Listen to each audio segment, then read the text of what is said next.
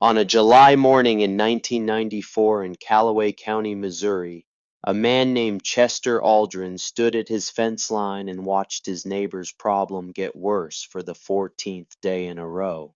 The problem was a stump. Not just any stump. The oak tree that had stood in the center of what was now the Deer Creek Estates construction site had been 300 years old when they cut it down 6 weeks earlier. 300 years of root growth. 300 years of a living thing deciding that this particular piece of Missouri clay was where it belonged and would always belong. The trunk had been 8 feet across at the base. The root system spread 40 feet in every direction, thick as telephone poles near the center, branching and rebranching into thousands of smaller roots that gripped the earth like the fingers of something that had no intention of letting go. What remained after the tree itself was gone was a stump that had now defeated in sequence and with what appeared to Chester to be a certain quiet satisfaction. 1 Caterpillar 350, Excavator 2, Caterpillar D8 bulldozers working in tandem, a winch system rated for 50 tons, and the combined expertise of everyone Bryce Mercer had been able to reach by telephone in the state of Missouri. Chester had watched all of this from his fence line. He had watched it without comment, without amusement, and without the slightest impulse to go over and say anything. He had simply watched and waited, and continued doing the work of his own farm, which had a rhythm to it that 14 days of construction chaos on the neighboring property had not disrupted in any meaningful way. He was 71 years old. He had been farming these 320 acres for 45 years. He had seen most things worth seeing in rural Missouri, and what he had not seen he had heard about from men who had, and what he had heard about had taught him the same thing that the seeing had taught him, which was that there was almost always a moment in every difficult situation when the people involved finally became ready to hear a different kind of answer than the one they had been chasing. That moment had not yet arrived at the Deer Creek Estates construction site, but Chester knew it was coming. He could read it in the way the crew moved around the stump each morning slower and with less confidence than the day before. He could read it in the way Bryce Mercer himself stood looking at the thing, arms crossed, the body language of a man whose certainty had been replaced by something he was not accustomed to feeling and did not have good words for. Chester was in no hurry. He had other things to attend to. Now let me tell you about Chester Aldrin before we go any further, because the man matters as much as the machine in this story, and you cannot understand either one without understanding where both of them came from. Chester was born in 1923 on the same land he was still farming in 1994. His father, Emmett Aldrin, had bought those 320 acres in 1921, 2 years before Chester arrived, and had spent the next several decades turning what had been scrub timber and worn-out pasture into ground that would grow corn and soybeans and support a family through the years when supporting a family required everything a piece of ground had to give, and sometimes more than that. Emmett Aldrin was not a man who talked a great deal. He was a man who worked, and he communicated most of what he knew through the act of working, which meant that Chester's education had been largely conducted in fields and barns and fence lines rather than in classrooms, and what Chester had learned in those settings had stayed with him in the specific and irreplaceable way that knowledge stays with you when you received it from a person who was demonstrating it at the same time. In 1932, when Chester was 9 years old, Emmett Aldrin made the most consequential purchase of his life. The Caterpillar 20-crawler tractor had been manufactured in 1930. By the time Emmett acquired it, used in the deepest year of the Great Depression, It was already 2 years old and had the marks to show it. $800. That was what Emmett paid. In 1932, $800 was not a price. It was a statement. It was everything the Aldrin family had managed to save across years of careful and often grinding work transferred in a single transaction to a machine that Emmett had decided he needed. The men at the feed store in Fulton heard about it the way men at feed stores always heard about things, and they had opinions. One of them said, "Emmett, you spent everything you've got on a machine that old Emmett had," looked at the man with the expression he used when he was not going to say more than was necessary. He said, "This machine was built for stubborn, and I've got nothing ahead of me but stubborn work."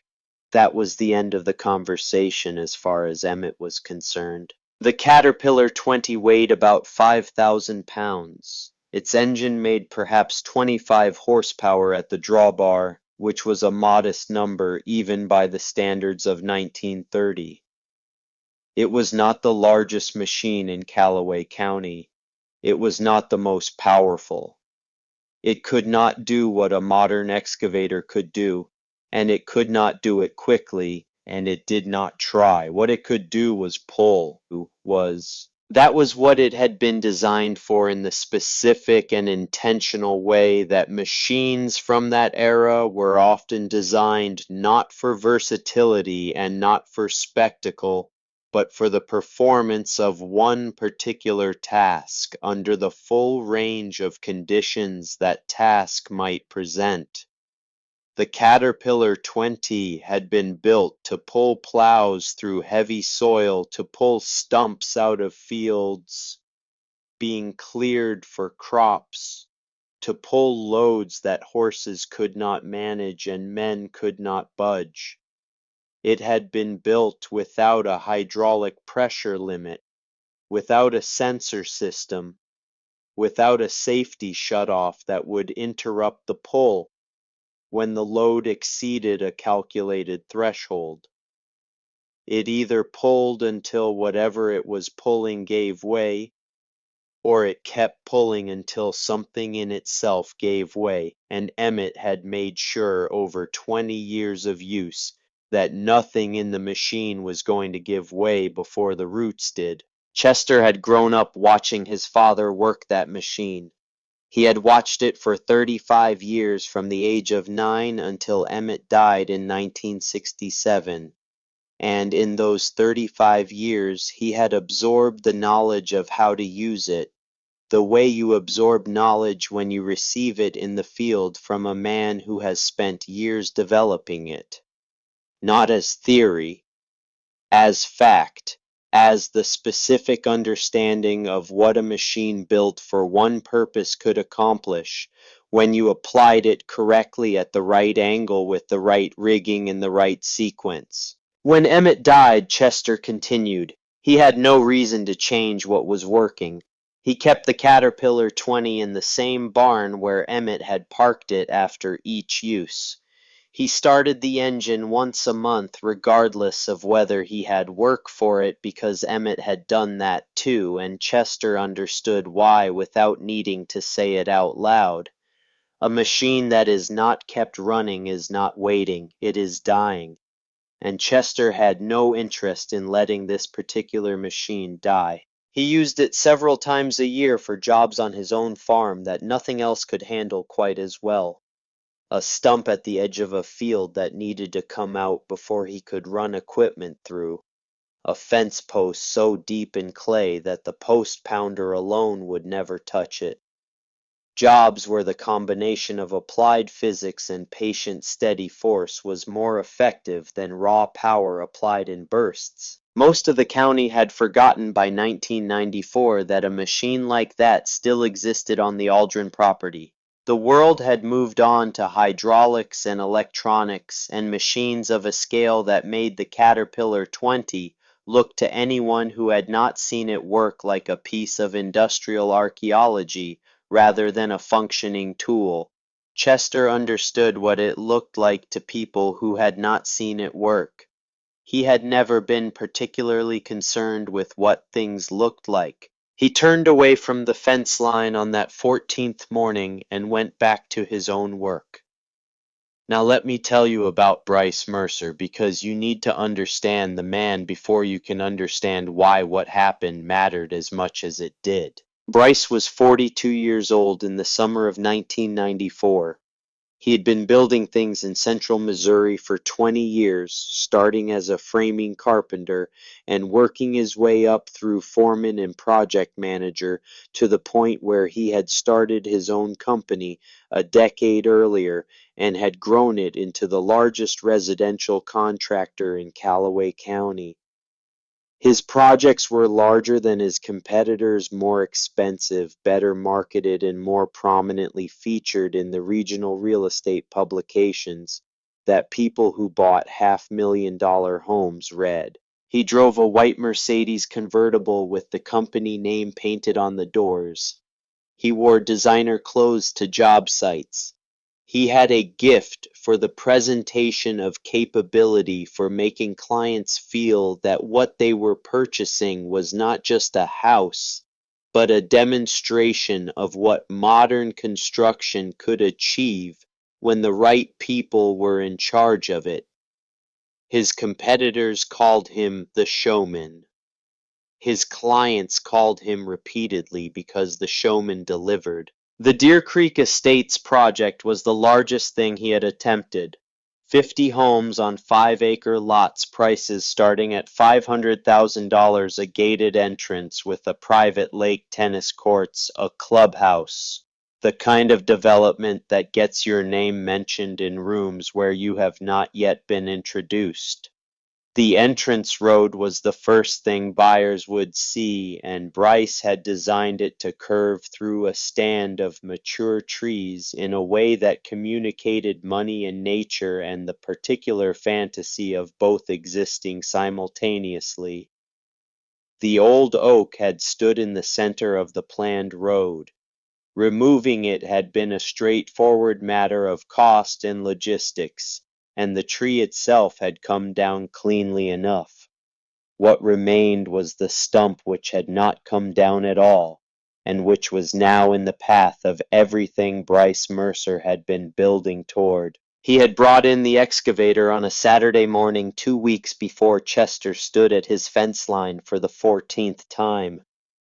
Bryce had operated the machine himself that first day, which was something experienced operators would have noted and characterized as a warning sign, because the decision to demonstrate capability in front of your crew by personally operating a $400,000 piece of equipment on a job that was more complicated than it appeared was the kind of decision that people with something to prove made when what they should have been doing was thinking carefully about what they were attempting. Bryce positioned the excavator, extended the boom, wrapped the bucket around the base of the stump, and engaged the hydraulics.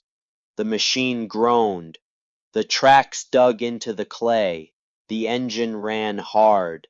The stump did not move. He pushed harder. The hydraulic pressure built. The lines began to whine in the specific way that hydraulic lines whine when pressure is approaching the threshold beyond which the line itself becomes the weakest point in the system. The first hose blew at 3:47 in the afternoon. The sound was like a rifle shot. Hydraulic fluid sprayed across the machine, across the stump, across Bryce Mercer's designer jeans. The excavator arm went limp against the stump, and the stump remained exactly where it had been when the morning started.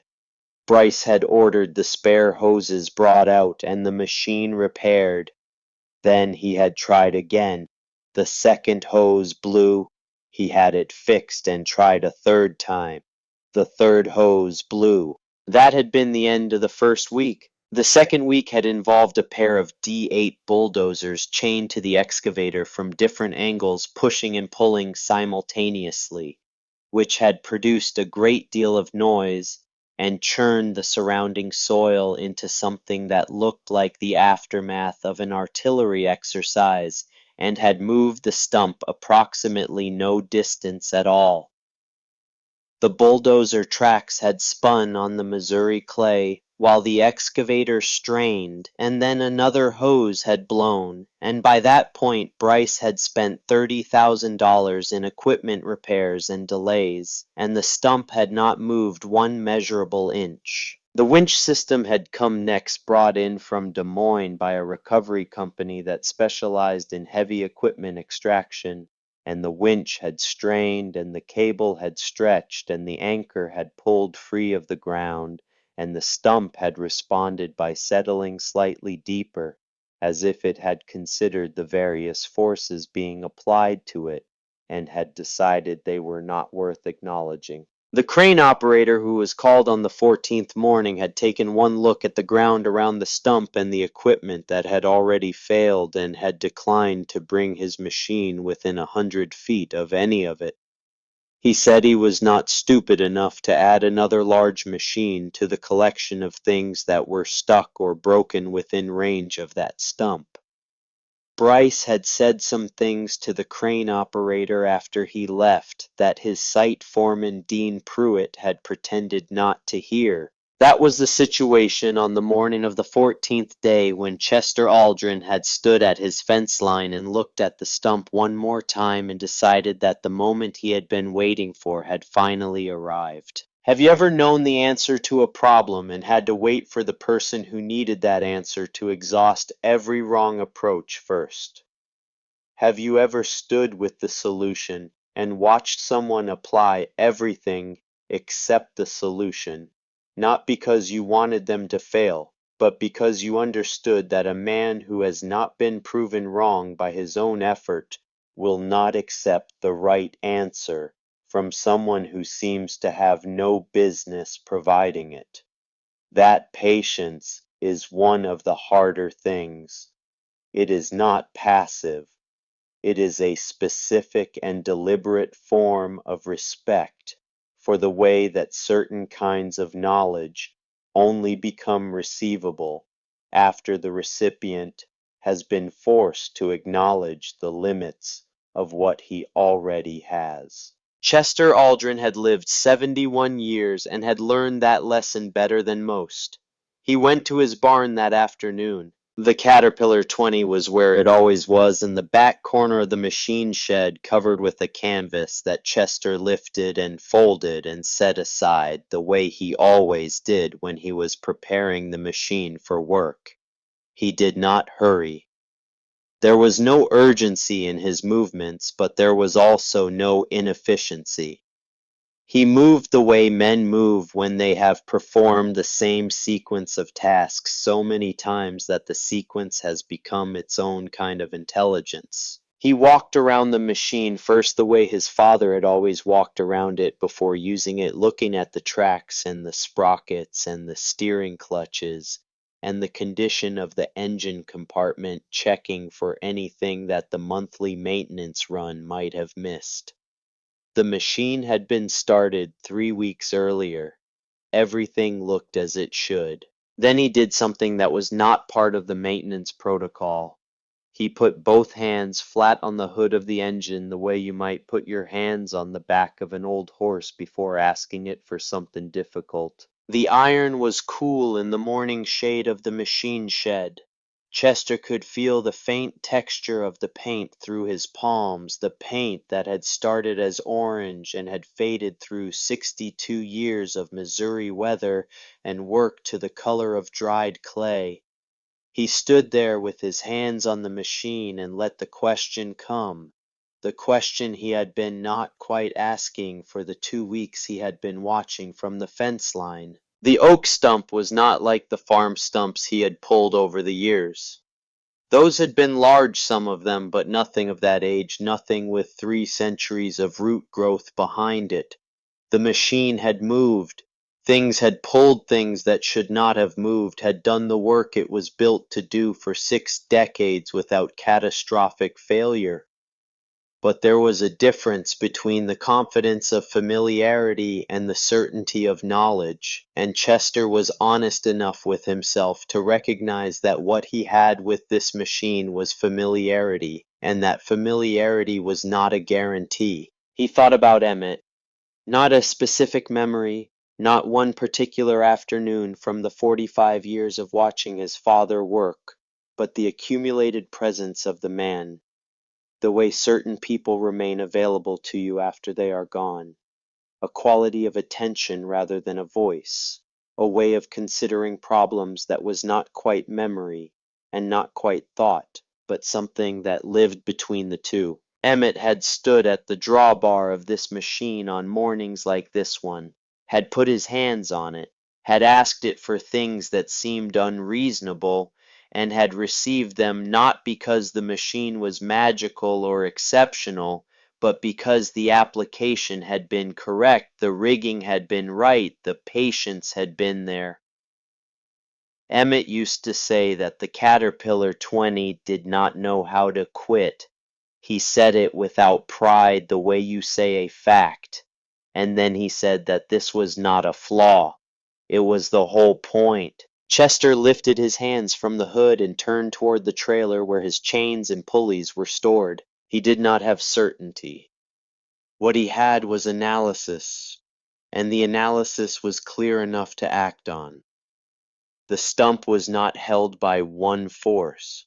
It was held by thousands of forces, each root anchored at a different depth and angle, each one representing a discrete connection between the mass above ground and the earth below. You could not fight all of those forces at once.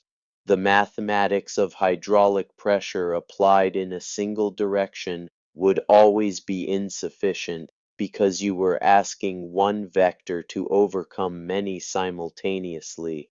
What you could do if you understood the problem correctly and had the right equipment and enough patience was defeat those forces one at a time. That was what the Caterpillar 20 was for, not the horsepower which was modest. The mechanical advantage of the pulley system, combined with the machine's capacity for sustained, uninterrupted pulling force. A hydraulic machine builds to peak pressure, reaches its limit, and either succeeds or fails. The Caterpillar 20 did not have a pressure limit in the same sense. It simply pulled steadily constantly without the system cycling up and down, without a sensor deciding that the load was too great and cutting the power to protect itself. It just kept going until something gave. His father had understood that, had understood it in 1932, and had built a lifetime of work around the application of it. Chester loaded the trailer with chains of 3 different thicknesses, a block and tackle system he had been using for 30 years. Steel stakes for anchor points, wooden blocking for the pulleys and the heavy chain with links the size of a man's fist that Emmett had bought in 1941 and that Chester had never needed to replace. He hooked the trailer to the Caterpillar 20, started the engine, and pulled out of the machine shed into the July morning.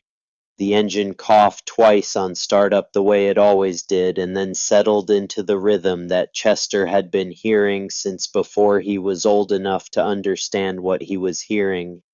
A sound that was not smooth the way modern engines were smooth, but was consistent, dependable, the sound of simple mechanics doing exactly what they had been designed to do. He drove along the property line toward the access road that connected his farm to the Deer Creek Estates site, moving at the pace the machine set, which was the pace of a man who has nowhere urgent to be and nothing to prove about how quickly he gets there. The morning was warm and clear, the kind of July morning in Missouri that starts well before it begins to tax you, and across the fence line Chester could see the construction site already in motion. The crew arranged around the stump and the collection of damaged equipment in the particular configuration of men who are doing something because the alternative is standing still and looking at a problem they cannot solve. He heard one of the workers say something when the sound of the Caterpillar 20's engine carried over the fence line. He saw heads turn. He kept moving. At the entrance to the access road, Chester turned and drove the crawler onto the construction site. Bryce Mercer was standing with Dean Pruitt near the stump when the machine came through. Bryce watched it approach with an expression that moved through confusion and contempt before settling on something that was mostly contempt. The expression of a man for whom the appearance of things was important, and who had just seen something appear on his job site that he found incompatible with the image he was trying to maintain. He said to Dean, "What is that?" Dean said, "That is Chester Aldrin's tractor. He farms the property next door." Bryce said, "It looks like it belongs in a museum." Dean said, "It's old. Chester keeps it running." Bryce said, "I don't care what he does with it.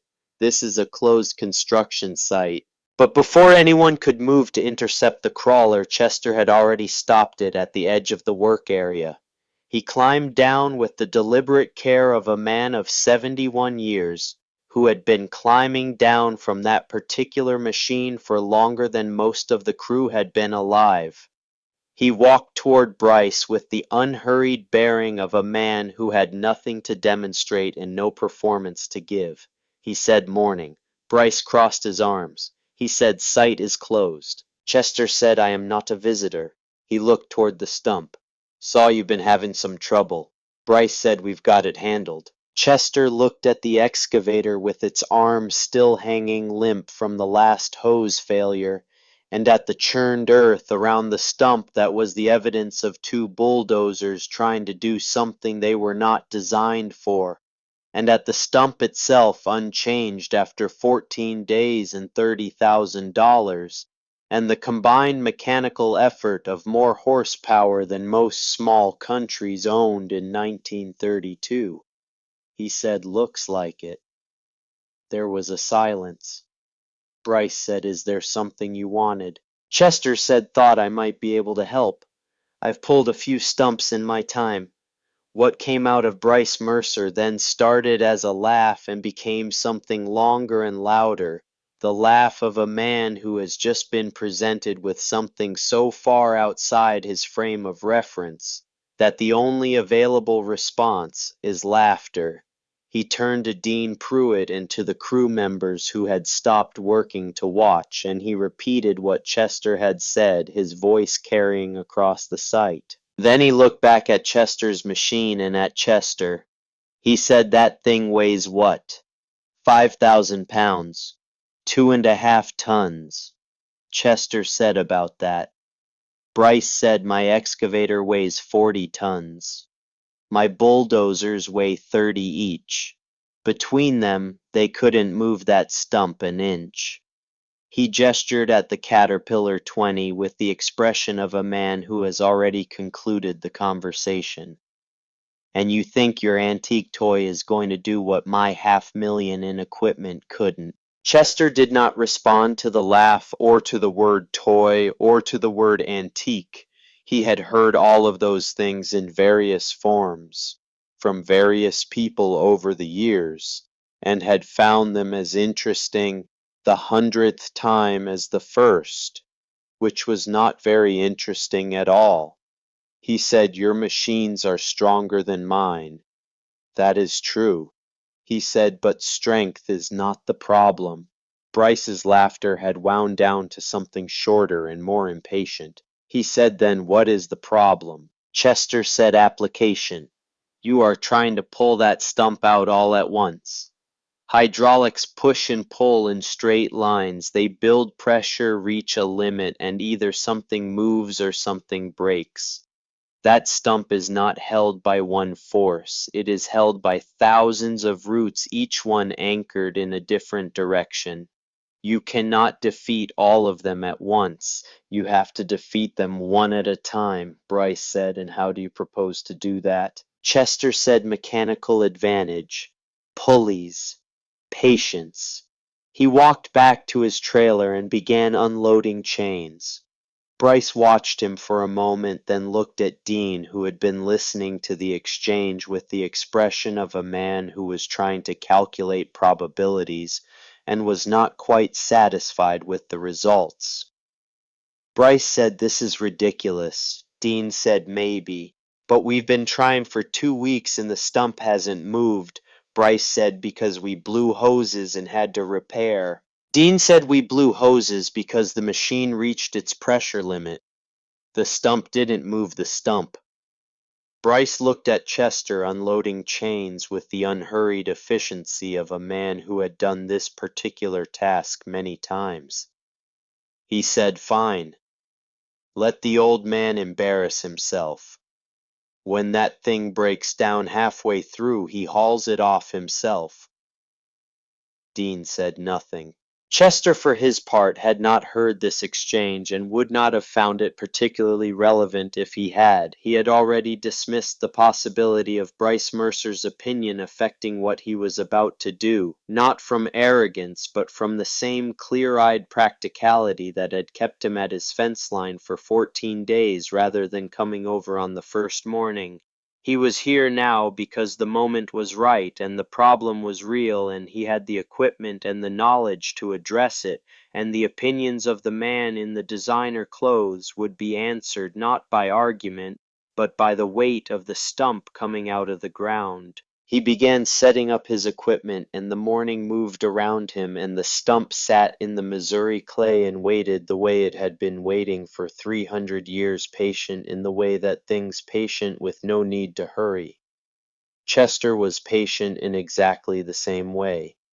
Chester spent the first hour doing nothing that looked like work. He walked around the stump in a wide circle, moving slowly, stopping at intervals to crouch down and examine the exposed root structure at ground level. He pressed a steel rod into the earth at various distances from the center, testing the soil resistance, gauging the depth and direction of the root system below the surface. Occasionally he stood still with his hands in his pockets and looked at the stump from a particular angle for a long time, the way a man looks at something when the looking itself is a form of calculation. The construction crew watched him with the particular attention of men who have been given permission to observe something they expect to fail. Bryce Mercer had retreated to his Mercedes by the time Chester was 10 minutes into his examination.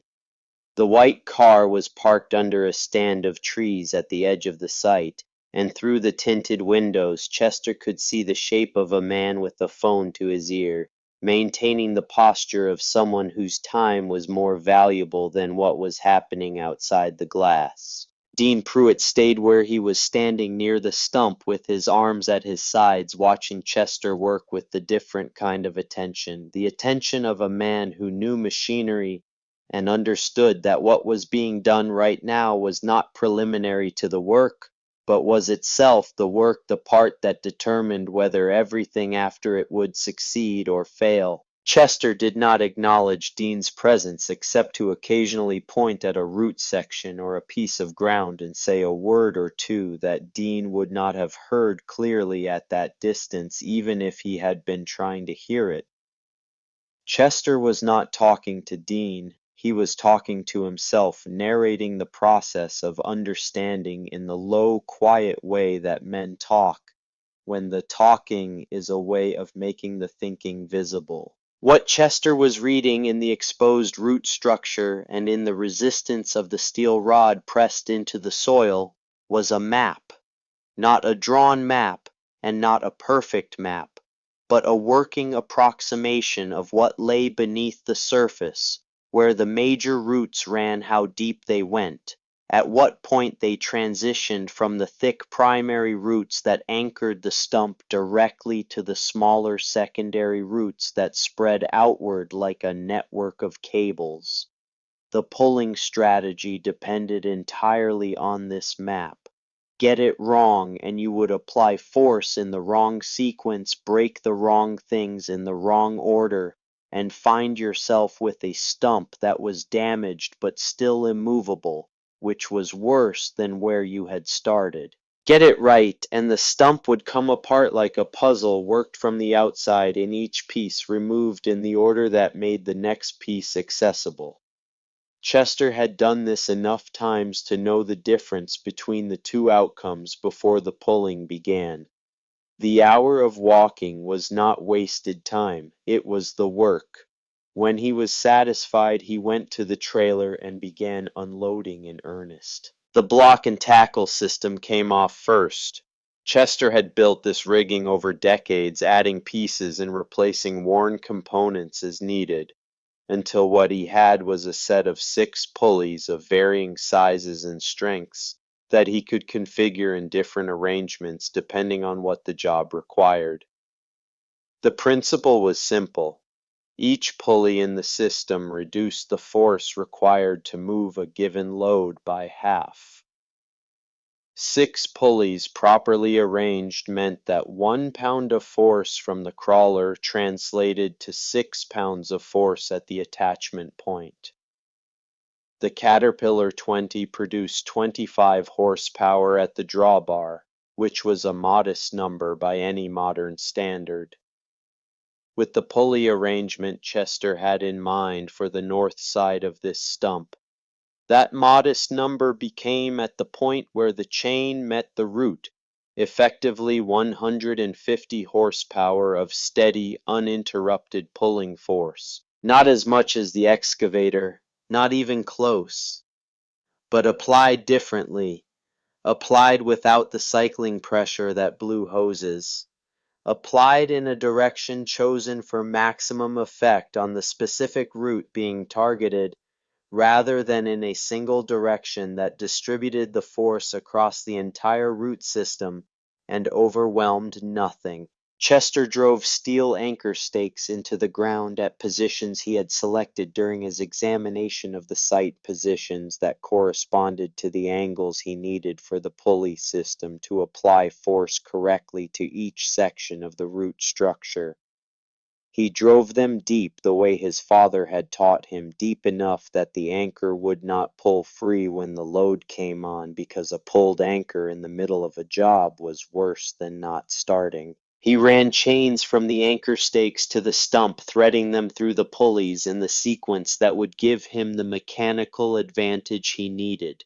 He attached each chain to a specific root or root section, rather than wrapping the whole stump in a single loop, because single loop pulling was what the excavator had been doing, and he had watched the excavator do it for 2 weeks and knew exactly how useful that approach was. When he was finished, the stump was wearing a web of chains and cables, each one running to a pulley, each pulley angled to apply force in a specific direction that corresponded to the internal structure of the root system below the surface.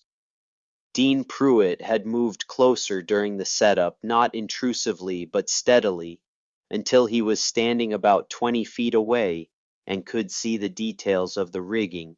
He said, "You are not going to pull it all at once." Chester said, "No." Dean said, "You are going to work around it." Chester said, "The roots on the north side are shallower. I will start there. Pop those roots out one at a time. Then shift to the east side, then west. The south side last, because those roots go deepest and they will hold longest.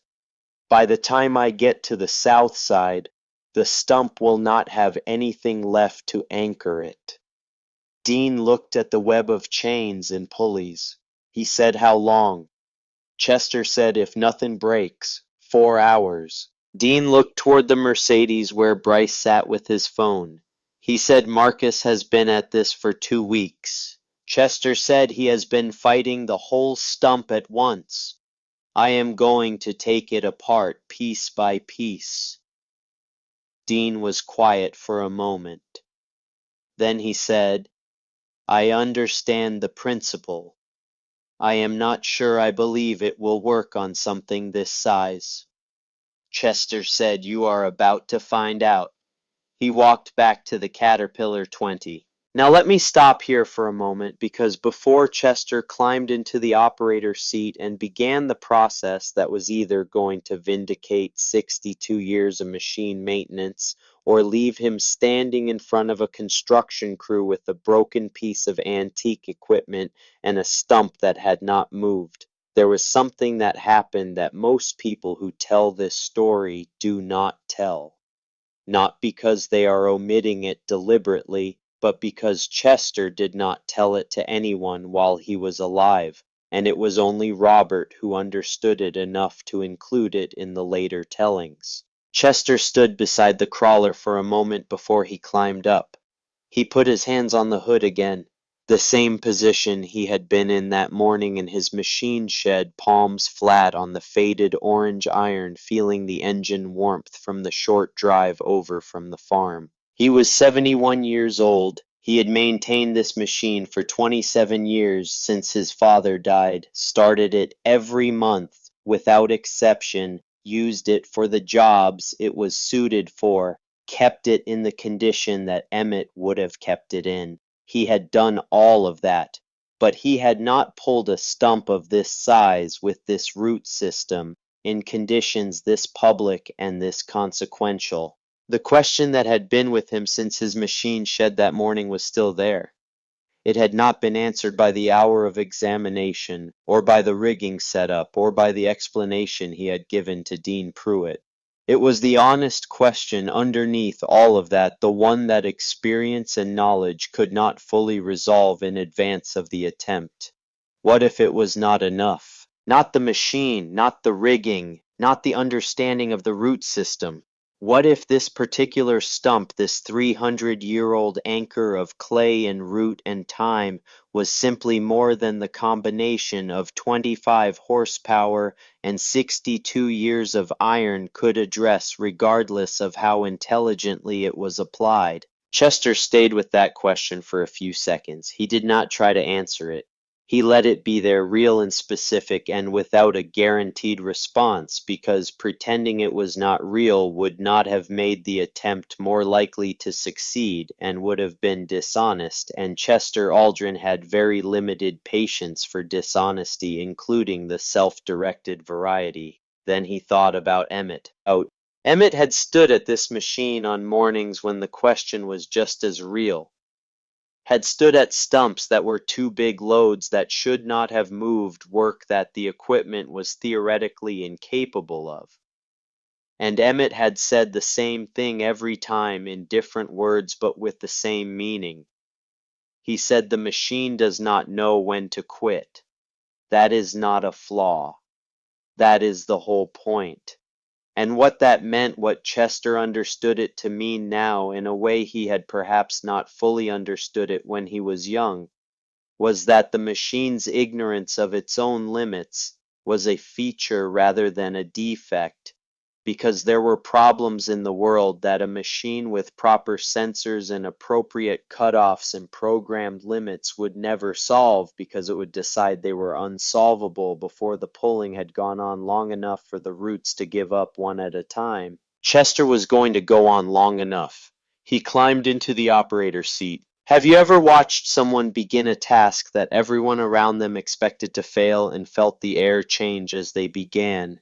Not because of anything dramatic, not because of any announcement or display, but simply because of the quality of the attention the person brought to what they were doing, the specific gravity of someone who is not performing confidence but is operating from a place so far below performance that the word does not apply. That quality is recognizable. It is one of the things that separates the men who have done a thing from the men who believe they can do a thing, and the difference is not always visible from a distance, but it becomes visible quickly once the work begins. The construction crew, which had been watching with the skeptical amusement of men who had been given a reason to take a break from their own work and witness something that would make for a good story either way, felt that quality shift when Chester settled into the operator's seat. They did not stop watching, but the amusement changed its texture. Chester engaged the clutch and let the machine begin to move forward, taking up the slack in the first chain, the one connected to the anchor point on the north side, and threaded through the first pulley arrangement to the shallowest root section on that side of the stump. He did this at the same unhurried pace he had done everything else that morning, moving forward until the chain went from lying on the ground to describing a straight line between the drawbar and the pulley, and from the pulley to the stump. The chain went taut. The pulleys took the load. Chester could feel it through the seat and through the steering levers, the resistance coming up through the machine, the way resistance always comes up as a change in the quality of the engine's work, a different note in the exhaust. He kept moving forward. For a long moment nothing visible happened. Under the surface of the Missouri clay, 20 feet from where Chester sat, a root that had been growing since the 18th century was experiencing something it had never experienced before. Not a single large force applied to it from one direction which it had been designed by 300 years of growth to withstand, but a steady, patient force applied from an angle that corresponded to the direction the root was least designed to resist. A hydraulic machine would have applied its maximum pressure at the beginning of the pull, found the resistance greater than the threshold, and either blown a hose or waited for the operator to back off and try a different approach.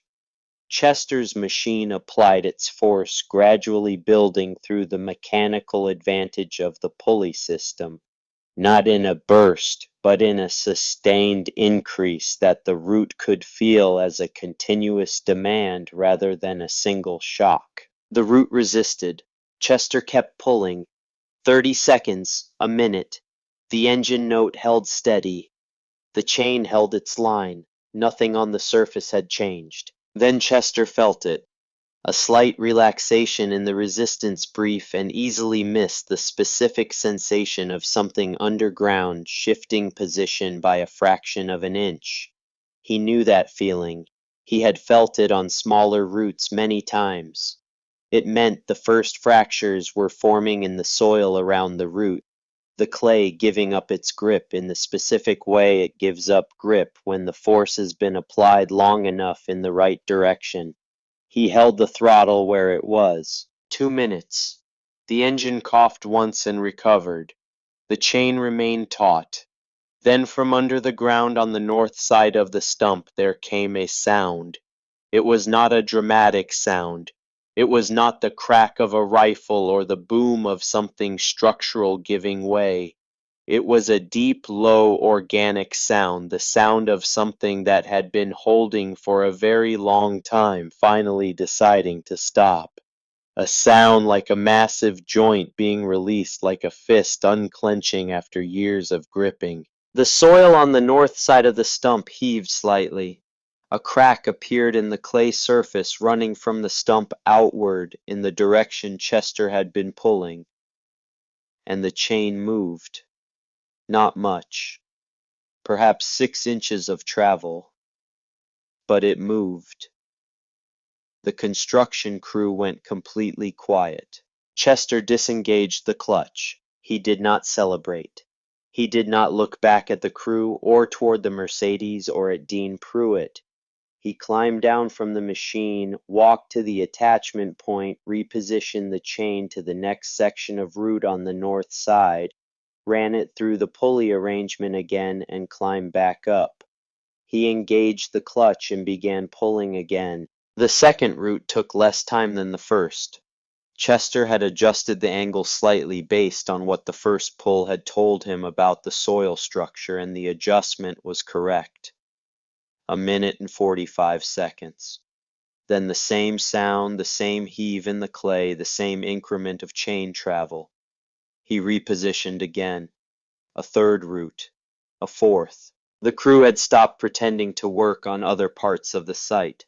They were standing in a rough semicircle at a respectful distance from the pull line, the way men stand when they are watching something they did not expect to find interesting, and have found instead that they cannot look away. Dean Pruitt had moved to a position where he could see both the attachment points on the stump and the crawler at the other end of the chain system. and he was doing the kind of watching that involved his whole attention, the watching of a man who is trying to understand a mechanism well enough to be able to explain it to someone else afterward. The Mercedes had not moved, but Chester noticed on his third repositioning that the shape visible through the tinted glass was no longer in the same position it had been. Bryce Mercer was sitting forward in the driver's seat, now facing the stump rather than the phone. Chester noticed this and returned to the work. What made this watching different from the watching of the previous 2 weeks was the accumulation of evidence. Each pulled root was a small fact. Each small fact was a contradiction of the conclusion that had seemed so obvious that this stump was not going to move. The contradiction was not yet large enough to have rebuilt the crew's expectations, but it was building. 5 small facts. 6. 7.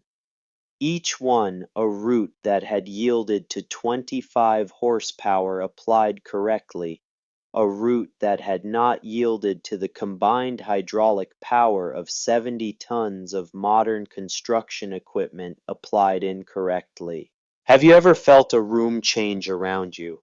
Not because of a dramatic event, not because of an announcement or a revelation, but because of the quiet accumulation of small facts that eventually add up to something the room was not expecting to need to account for. That is how this change happened on that construction site on that July morning, not all at once, in the specific way that certainty yields to evidence when the evidence is patient enough to keep presenting itself. By the time Chester had worked his way around to the east side of the stump, Bryce Mercer had gotten out of his Mercedes.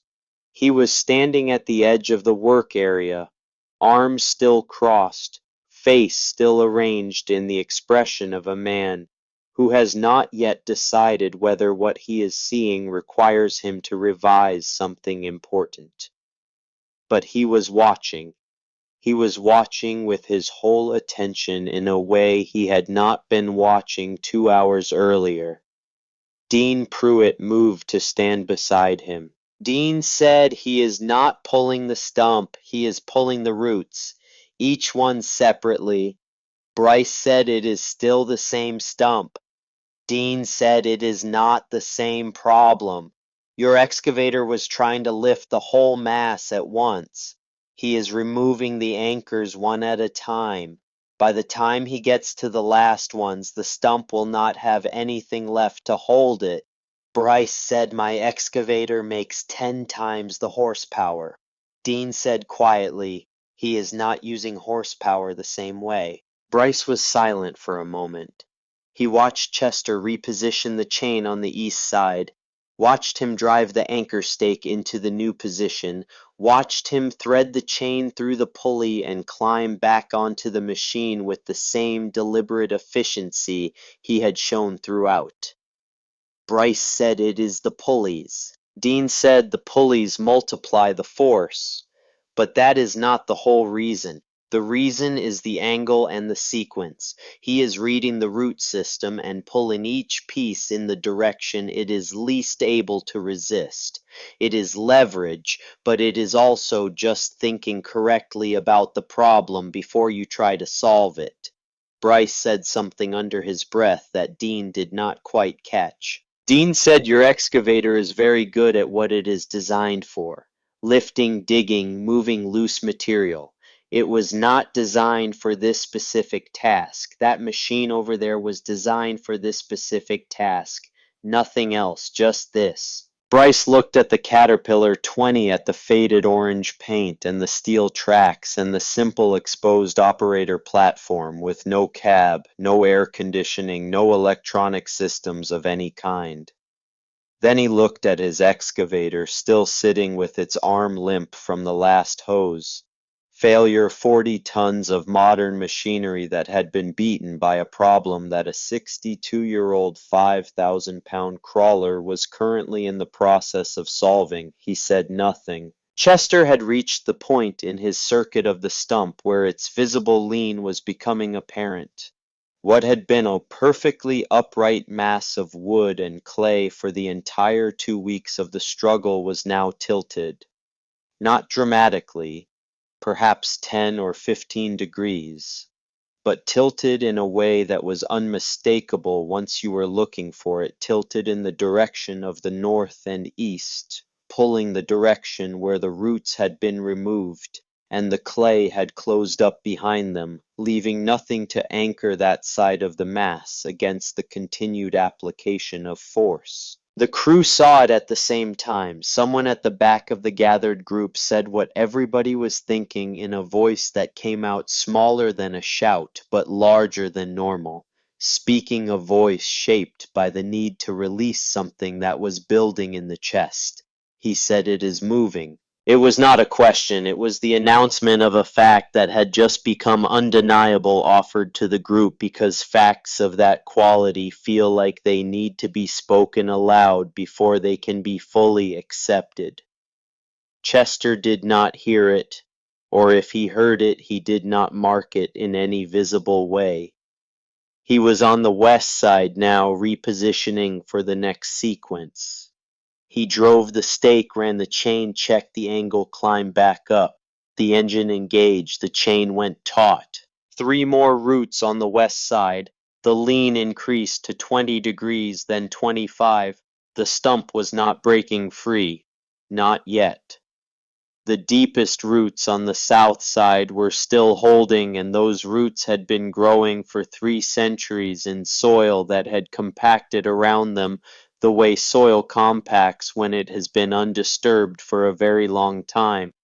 But the other 3 sides of the anchor system were gone, and what had been an immovable object because it was anchored in every direction, was now an object anchored in one direction, which was a different situation entirely. Bryce Mercer was no longer standing with his arms crossed. He was standing with his hands at his sides and his mouth slightly open, watching a 71-year-old man on a 62-year-old machine do something that $30,000 in modern equipment over 2 weeks had not done, and he was watching it with the specific expression of a man who has not yet processed what the evidence in front of him means for certain things he had been confident about for most of his adult life. Dean Pruitt said nothing. He had been a site foreman long enough to know that the moment when a man's certainty is cracking is not the moment to add commentary. Chester shut down the machine. He climbed down and walked to the stump and spent several minutes examining its current position, kicking at the exposed roots on the south side with his boot, pushing a rod into the clay to check what the remaining anchors looked like below the surface. He went back to his trailer and removed the heaviest chain, the one with links the size of a man's fist, that Emmett had bought in 1941, the chain that Chester had never needed to replace because Emmett had bought it heavy enough to outlast both of them. He wrapped this chain around the center of the stump, not a section or a root, but the main mass itself, the 300-year-old heartwood that sat at the center of everything that had been holding the stump in the earth for longer than the state of Missouri had been a state. He ran it through the final pulley arrangement, the heaviest configuration in his system, and connected it to the drawbar of the Caterpillar 20. He stood at the stump for a moment, checking the chain wrap, making sure the attachment was where it needed to be. Then he walked to the crawler and climbed back up. The crew had gone completely silent. There was no more conversation on the site, no sounds of equipment operating elsewhere, no radio noise, nothing. 50 people who had started the morning with very specific expectations about what this old man and his old machine were capable of were standing in a silence that had been produced by the accumulated weight of the evidence of the last 4 hours. Chester put his hands on the controls. He checked the engine temperature. He looked down the length of the chain toward the stump one time, confirming the line was clear and the angle was right. Then he engaged the clutch and pushed the throttle forward. Not gently, not the measured incremental approach he had used on the individual routes. This was the main pull, the final application of everything the machine could produce through everything the pulley system could multiply, applied to the center mass of a 300-year-old oak stump that had surrendered its north and east and west anchors and had nothing left to hold it in the earth except the deepest roots on the south side, and whatever instinct objects of great age and deep-rootedness have for remaining exactly where they are. The chain went tight, the pulleys loaded, the tracks dug into the Missouri clay, the steel cleats finding purchase the way they had been finding purchase since 1932. The engine sound changed, not louder but deeper, a register shift that came from the whole machine working at the edge of its capacity, not the comfortable range of routine pulling, but the outer territory where the design was being asked to show what the engineers had put into it. Chester held the throttle where it was. 1 minute the chain was vibrating, the stump had not moved. 90 seconds. The engine held its note, the tracks held their grip. The stump had not moved. 2 minutes.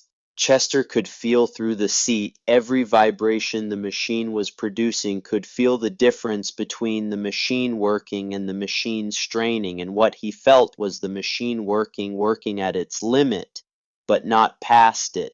The sustained, steady application of force that was the Caterpillar 20's specific and irreplaceable capability. Under the ground on the south side of the stump, the last anchors were receiving that force.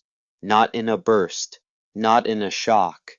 In the patient, uninterrupted way that wore down resistance, not by overpowering it, but by outlasting it, by being there when the root decided it had held long enough, by continuing to apply the demand at the moment the demand could finally be met. Chester felt the change before the stump moved.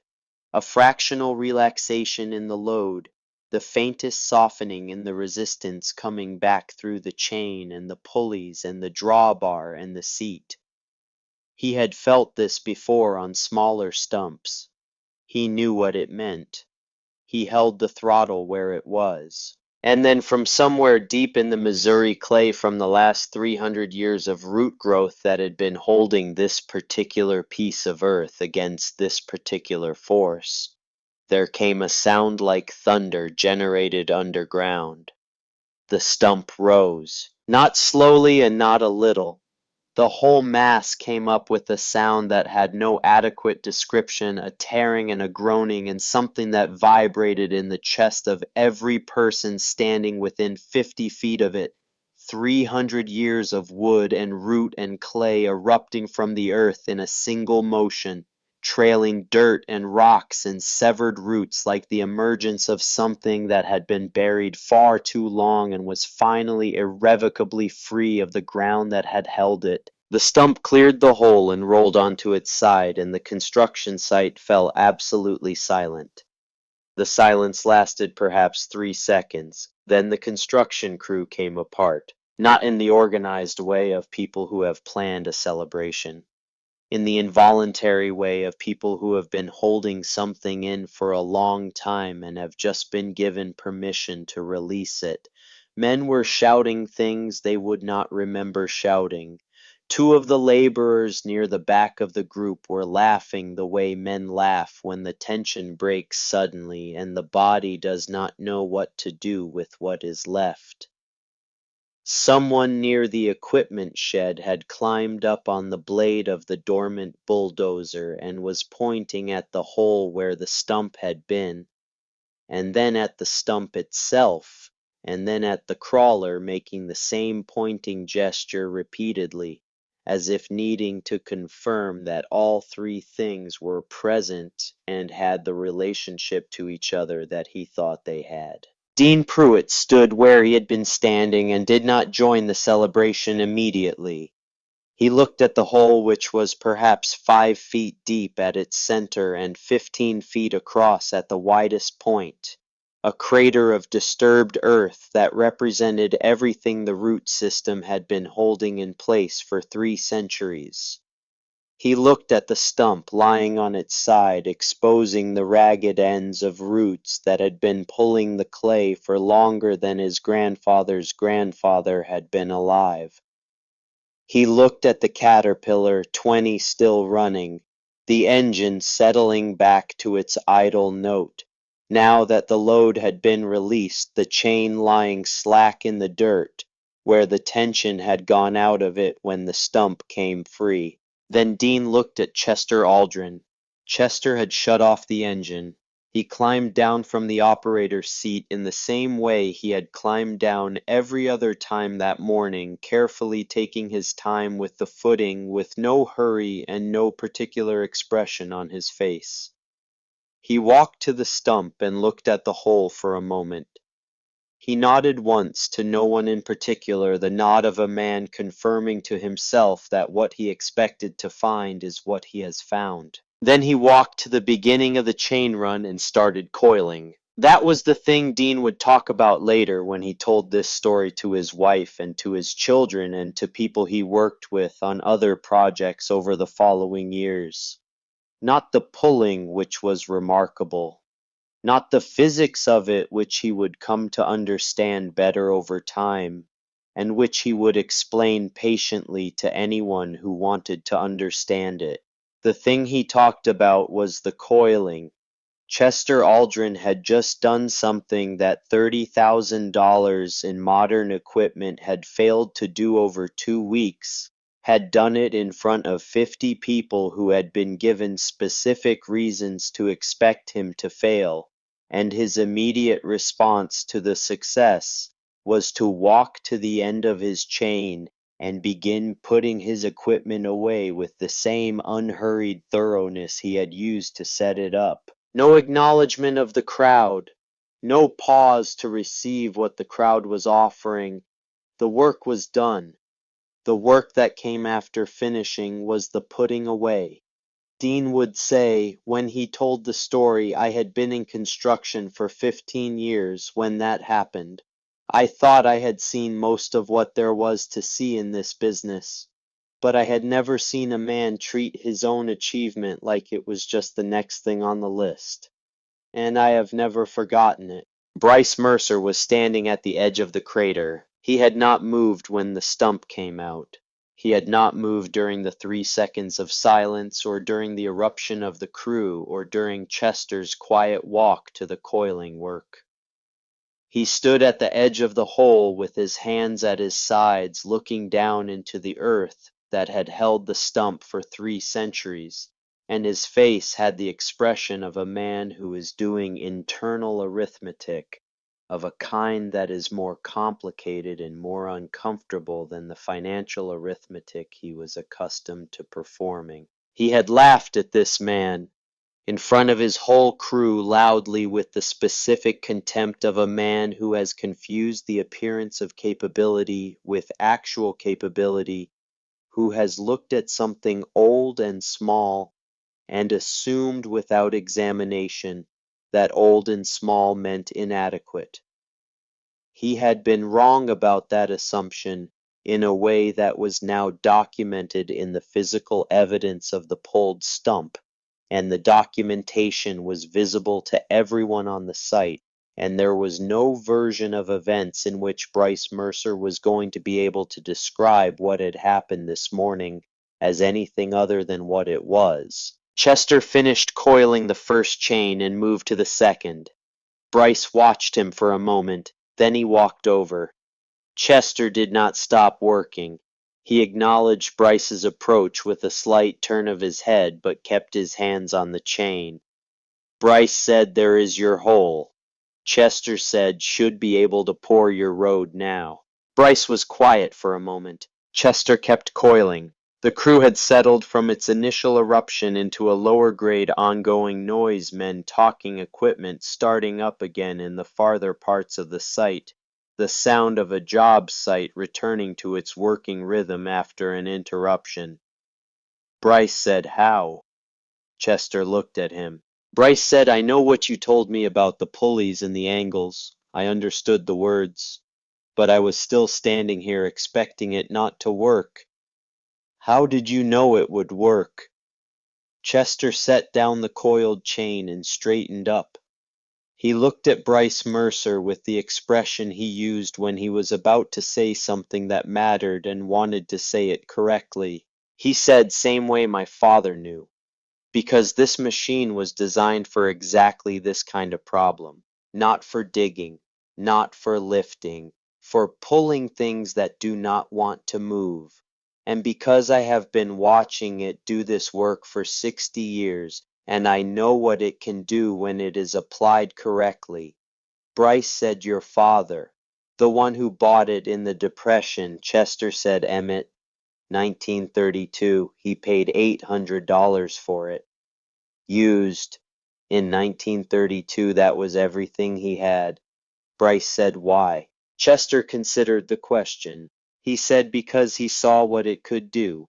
He went to a demonstration somewhere I do not know exactly where, and he watched it work, and he understood that the things he needed to do on his land were exactly what this machine had been built for.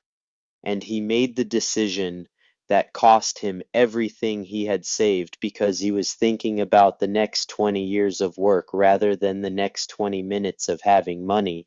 There was a silence between them, not the hostile silence of the morning, but a different kind, the silence of two men who have finished one conversation and are at the beginning of another one. Bryce said, I laughed at you. In front of my whole crew. Chester said you did.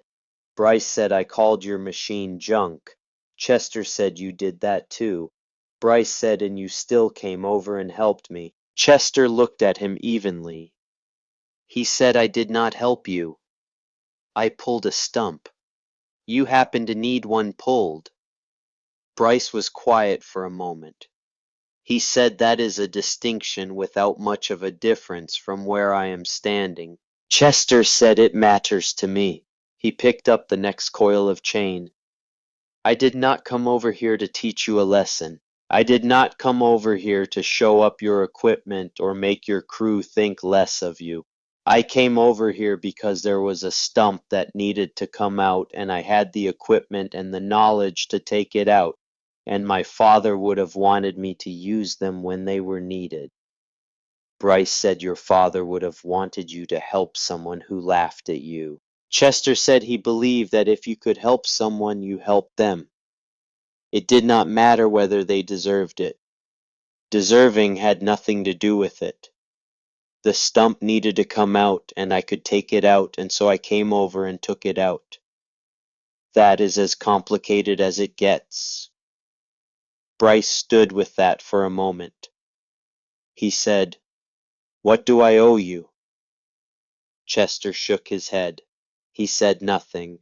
Bryce said there has to be something. Name a price. Chester coiled the last chain and set it on the trailer.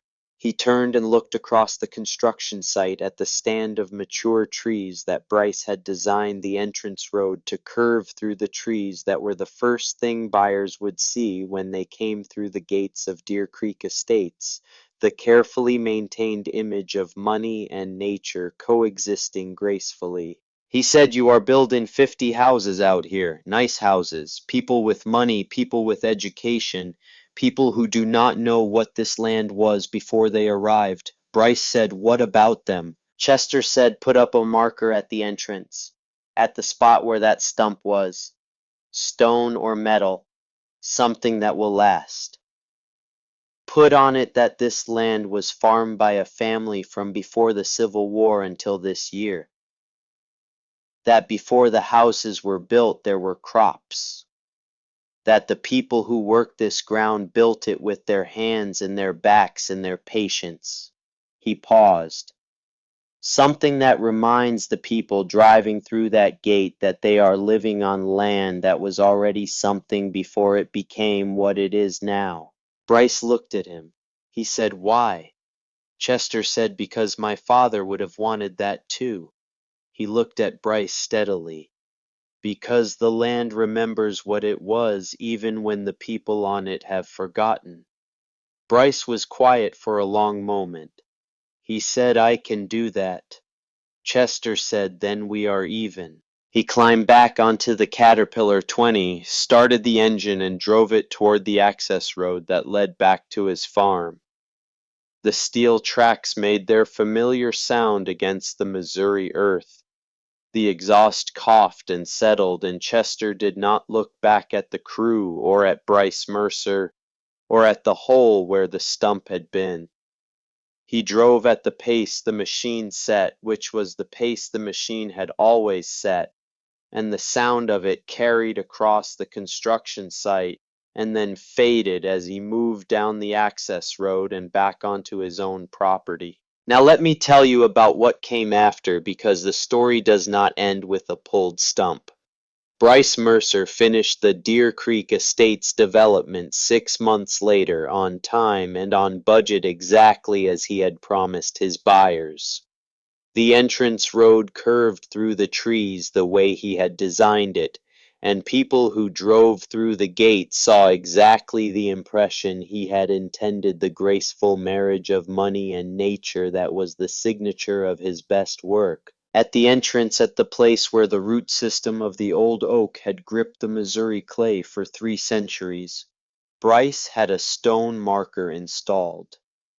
It was not a small or easily overlooked marker. It was 3 feet tall and 2 feet wide, set in a concrete foundation with a bronze plaque face. The inscription read, "As he and Chester had agreed that the land had been farmed by a family for 147 years before the subdivision was built, that before the houses came, there were crops, that the people who worked the ground built it with their hands and their patience, and that their memory was honored here." The homeowners association, when the first residents moved in, voted to have the marker removed. They felt it was out of keeping with the character of the development. Bryce told them no. He told them it clearly and without apology, and he told them it was in the deed restrictions, which it was, because he had made sure of that before the first closing. He told them that marker was going to be there as long as any of the houses in Deer Creek Estates were standing, and that if any future board wanted to revisit the question, they were welcome to read the deed restrictions first. No future board revisited the question. On his desk in the Mercer construction office, Bryce kept a photograph. Chester had given it to him the following week when Bryce stopped by to confirm the details of the marker. A photograph of Emmett Aldrin standing beside the Caterpillar 20 in what Chester said was 1935, 3 years after Emmett bought the machine. Emmett looked like the photographs of men from that era always look, lean and weathered, wearing clothes that had been washed many times, and showed it standing with the posture of someone who has not thought about whether he is standing correctly, because he has been working since before the question occurred to him. The crawler behind him looked exactly as it would look 60 years later when his son drove it across a construction site in 1994. Orange paint faded to clay color, steel tracks, simple open operator platform. When people asked about the photograph, Bryce told the story. All of it, including the part where he had laughed, because that part was true, and leaving it out would have made the story smaller than it was. He would say, "I spent 20 years in this business believing that newer was better and bigger was more capable, and that you could solve any construction problem with sufficient horsepower and the right modern equipment. And then a 71-year-old farmer pulled out a stump with a machine that was already old when my father was in school, and he did it in 4 hours, when my $500,000 in equipment couldn't do it in 2 weeks. And the lesson was not that his machine was better than mine. It was not better than mine for most things. The lesson was that I had been applying the wrong tool to the problem because I had never learned to ask what the problem actually was before I started throwing equipment at it. I had been asking, how much force can I generate, when I should have been asking, what kind of force does this specific problem require? He started keeping simpler equipment in his yard, things that were designed for specific tasks, older things with straightforward mechanics that could be understood without a service manual 3 inches thick.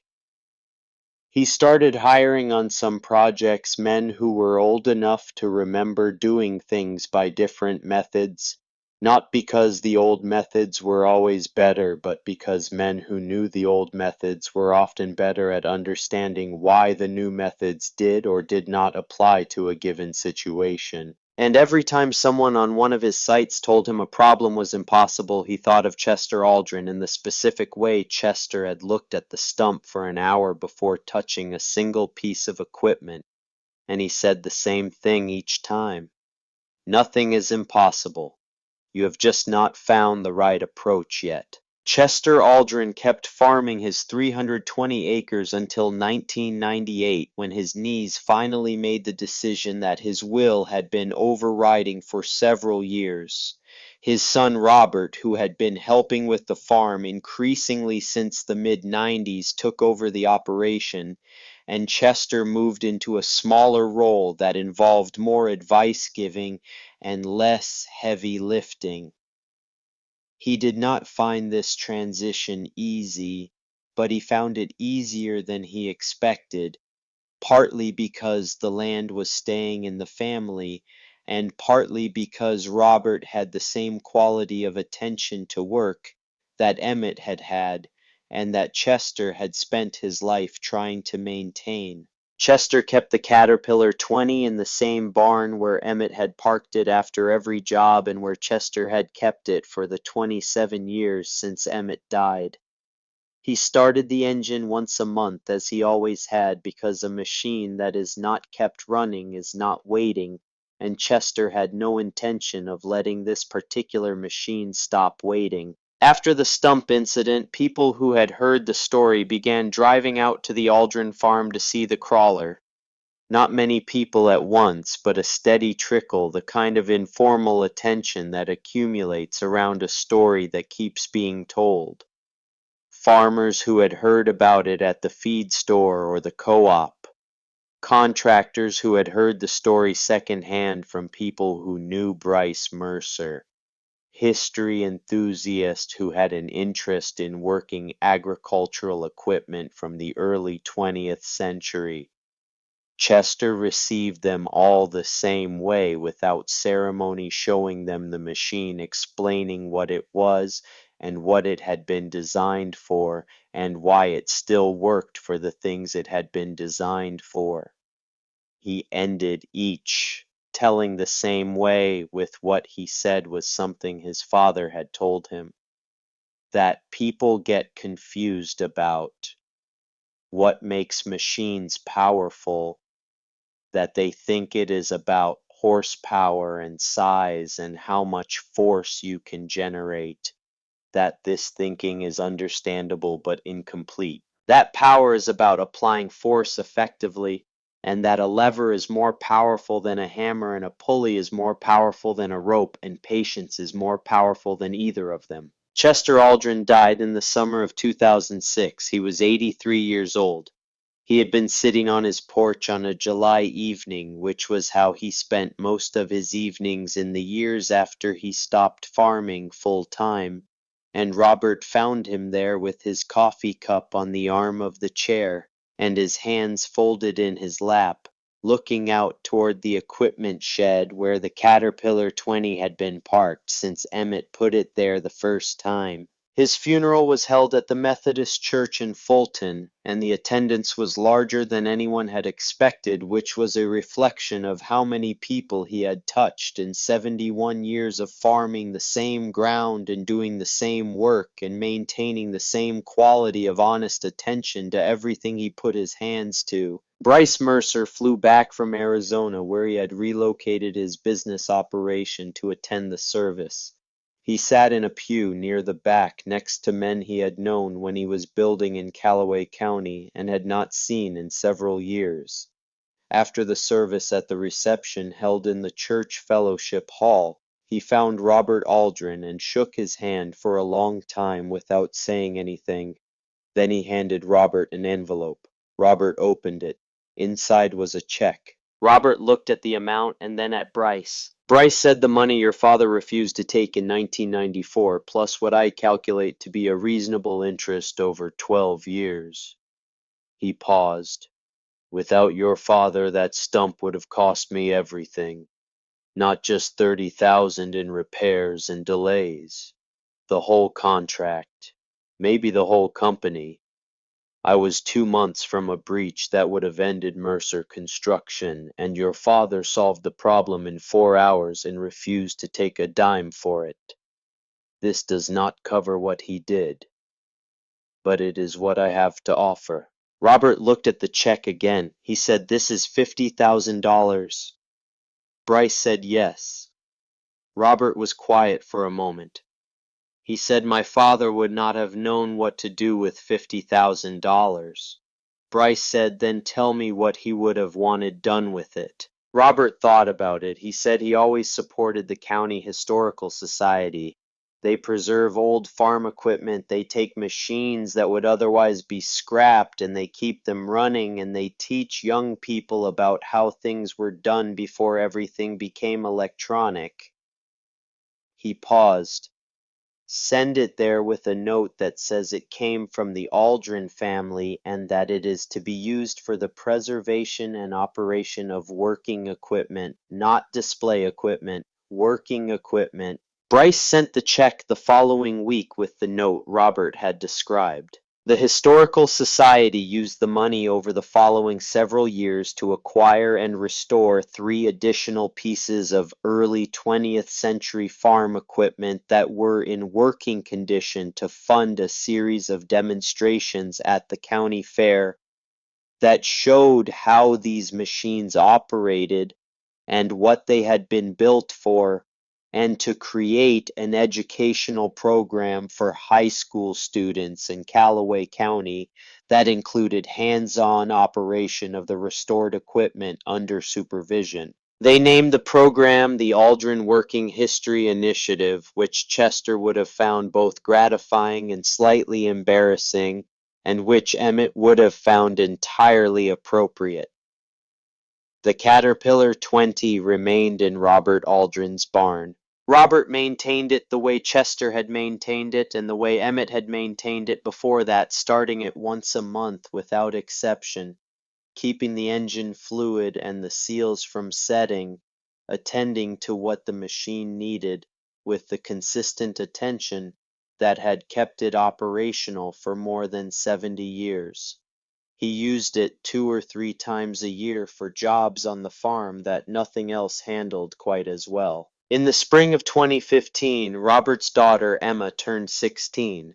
She had been going to the barn with Robert since she was old enough to be in the barn safely, and she had been asking about the crawler since she was old enough to ask complicated questions. On her birthday, Robert spent an afternoon teaching her to drive it, walking alongside the machine as it moved slowly around the equipment shed yard, explaining the steering clutches and the throttle and the way the tracks communicated the condition of the ground through the seat. Emma Aldrin learned to drive the Caterpillar 20 the year it turned 83 years old on the same property where Emmett Aldrin had parked it for the first time in 1932.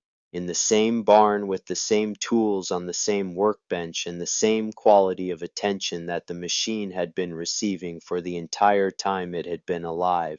That same spring on the outskirts of Fulton, a developer named Whit Mercer was building a new subdivision on property that had formerly been used for agricultural purposes.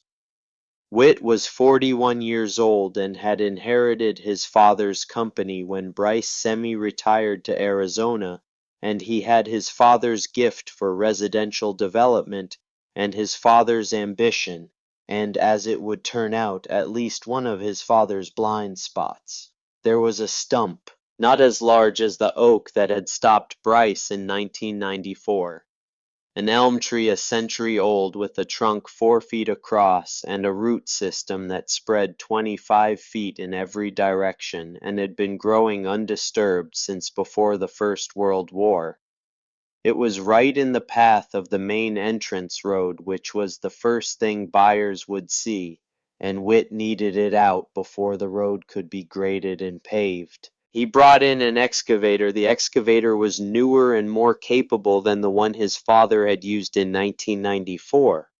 It had better hydraulics, a more powerful engine, an operator cab with climate control, and a digital monitoring system that provided real-time data on pressure and load and engine performance. It was a fine machine. On the third day, when the second hydraulic line had blown and the stump had not moved, Whit Mercer was standing in front of it with the same expression his father had worn in 1994, the expression of a man whose certainty has been replaced by something unfamiliar. His site foreman, a man who had worked in Callaway County construction for 20 years, said, "You know the story about your grandfather."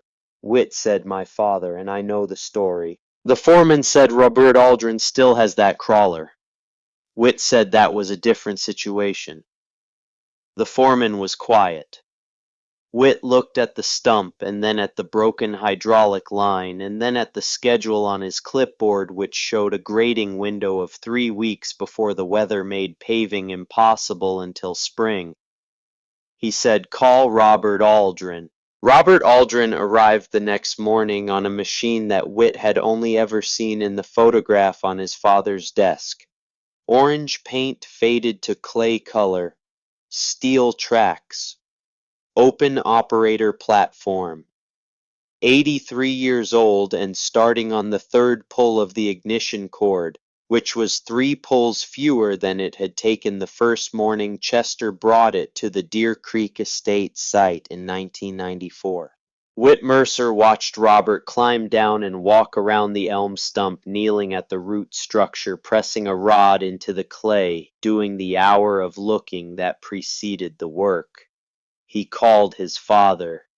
Bryce answered on the second ring the way a man answers when he has been expecting a call for a while and knows what it is going to be about.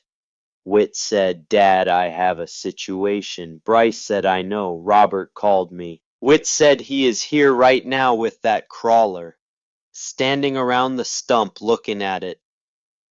There was a long silence on the line, not an empty silence. The silence of a man listening to a sound in the background of a phone call and recognizing it the way you recognize a sound that carries a specific weight of memory. Bryce said, "Is that the engine I hear?" Whit held the phone away from his face toward the Caterpillar 20, which Robert had just started and was letting warm up. Bryce said, "Yes, that is it." Whit said, "Dad, he is going to try to pull the stump with the machine from 1932. Bryce said, "Yes, he is." Whit said, "Our excavator makes 3 times the horsepower of that thing." Bryce was quiet for a moment. Then he laughed. It was not the laugh he had used in 1994 when he stood on the Deer Creek Estate's construction site and pointed at Chester Aldrin's machine and said what he had said. That laugh had been contempt dressed up as amusement. This was different. This was the laugh of a man who has lived with a story long enough to find it genuinely funny. The laugh of a man who recognizes himself in his son's situation and finds the recognition more valuable than uncomfortable. He said, "Your excavator makes 3 times the horsepower. That is true. And the horsepower is not the problem." Whit said, "What is the problem?" Bryce said, "Application." He paused. "Make sure you watch. All of it. Do not go sit in your truck and check your phone while Robert works. Stand where you can see the chains and the pulleys and the attachment points and the way he reads the root system before he touches a chain. Watch it the way you would watch someone teach you something, because that is what is happening, even if nobody is calling it that." Whit said, "How long is it going to take?" Bryce said, "If nothing breaks, 2 or 3 hours for a stump that size." Whit said, "That is still faster than what I have been doing for 3 days." Bryce said, "Yes, it is considerably faster." There was a pause. Bryce said, "Whit." Whit said, "Yeah." Bryce said, "There is something else. When Robert is done and the stump is out, you are going to have an instinct to give him money and end the conversation and get back to your schedule." Whit said, "That is not an instinct. That is the correct professional response." Bryce said, "It is what I would have done before that summer. Listen to what he asks for instead. Whatever he asks for, say yes." Whit said, "Dad, I have a schedule." Bryce said, "Say yes. I am telling you that whatever Chester's son asks you to do in payment for Chester's machine doing what your equipment cannot do, say yes. And then do it the same way I did it, without argument and without modification, and for as long as the development exists." He paused. "Tell him about the marker at Deer Creek while you are at it. Tell him the homeowners association wanted it removed. Tell him I said no." Robert Aldrin pulled the elm stump out in 2 hours and 43 minutes. Whit Mercer stood and watched every minute of it as his father had instructed, watching the chains and the pulleys and the way Robert's attention moved between the machine and the root structure as the pulling proceeded. He watched the stump tilt. He watched the individual roots yield one at a time. He watched the final chain wrap go on, and he watched Robert settle into the operator seat for the main pull with the same quality of settled attention that the photograph on his father's desk showed in Emmett's posture in 1935. When the elm stump came out of the Missouri, Clay Whit Mercer did not try to match the crew's reaction. He just stood at the edge of the hole and looked at it for a while. Robert climbed down and walked over. He extended his hand. Whit shook it and said, "How?" Robert looked at him. He gave him the same answer his father had given Bryce Mercer in the same county 21 years earlier, with no modification and no addition, because it was the right answer, and right answers do not require improvement. He said, "Some problems do not need more power. They need better thinking." Whit was quiet for a moment. Then he said, "What do I owe you?" Robert told him. It was the same request Chester had made, a marker at the entrance to the new development, something that told the people who would live there what the land had been before it became what it was, something that remained when other things were removed, something that cost the developer a small amount of effort and lasted longer than the effort seemed to warrant. Whit said yes without hesitation or qualification, because his father had told him to, and because standing at the edge of that hole with the elm stump on its side and the chains being coiled by a man who was 67 years old and had just done what his 3 times more powerful equipment had not done in 3 days, saying yes seemed like the only response that made sense. He called his father on the way back to the site office. Bryce answered on the first ring. "Whit said you were right." Bryce said about the marker. Whit said about everything. He paused. "That machine is 83 years old. I watched it pull that stump in less than 3 hours. Our excavator has been at it since Tuesday." Bryce was quiet for a moment. Then he said, "Did Robert tell you about the first time? About Chester and your grandfather?" Whit said, "I know the story. You have told it 100 times." Bryce said knowing a story and watching it happen in front of you are not the same thing. Whit said no, they are not. There was a pause on the line. In the background, Whit could still hear the faint sound of the Caterpillar 20's engine as Robert drove it back toward his property, the steel tracks on the access road, the unhurried pace of a machine going home after finishing the work it had been built for. Bryce said Emmett Aldrin spent $800 he did not have in the worst economic year in American history on a machine that seemed unnecessary to everyone around him because he saw what it could do for the work that was actually in front of him. Chester kept that machine running for 60 years because he understood what his father had understood. Robert has kept it running for 20 more years because he understands what his father understood. And Emma Aldrin is learning to drive it right now because Robert understands what comes after understanding. He paused. He said, "You are going to have problems in this business that your equipment cannot solve. Problems where someone is going to tell you that the job is impossible and that you need to accept that and find a way around it. When that happens, I want you to remember what you saw today.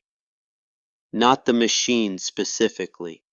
The principle that the right tool and the right thinking applied correctly will do what the wrong tool and the wrong thinking cannot do, regardless of how much they cost or how new they are." Whit said, "I will remember." Bryce said, "Good." There was one more silence, the comfortable silence of two people who have said what needed to be said and are not filling the space with things that do not need to be said. Then Bryce said, "Tell me about the stump. How big was it?" And Whit told him the way you tell someone a story when you have just been inside it and it has not yet become the kind of story you tell from the outside with all the details sharp and present. The clay on the ground and the chain going tight and the specific sound from underground.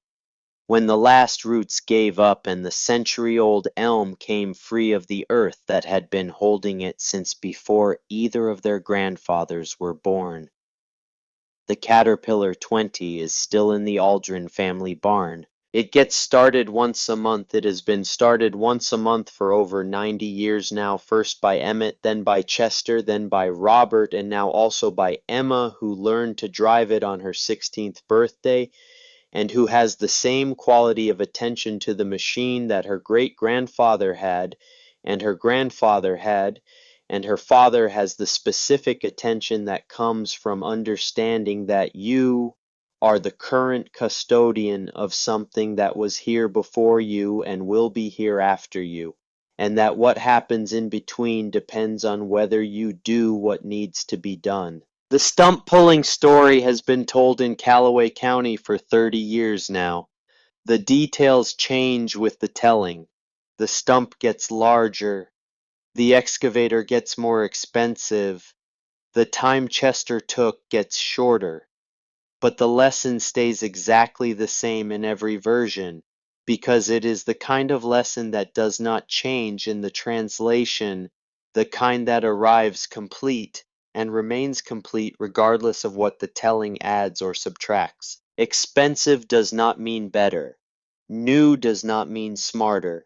Sometimes the right tool is the one that was designed 60 years ago for exactly the problem you are facing, maintained faithfully through decades of disuse, driven across a fence line by a man who waited until the moment was right and then did the work without making a production of doing it. Somewhere in a barn in central Missouri, there is a 92-year-old crawler tractor that still starts, still runs, still does the work it was built to do. It is waiting for the next stump, the next problem that throws money at itself and breaks its equipment and runs out of modern answers. It will be there when that problem arrives because the people who have it understand that some machines are not just machines. They are the accumulated knowledge of the people who built them and the people who learn to use them. and the people who kept them running through all the years when they were not needed against the day when they would be needed again. Some problems do not need more power, they need better thinking, and the machine built for stubborn is still waiting for the people who are ready to understand that.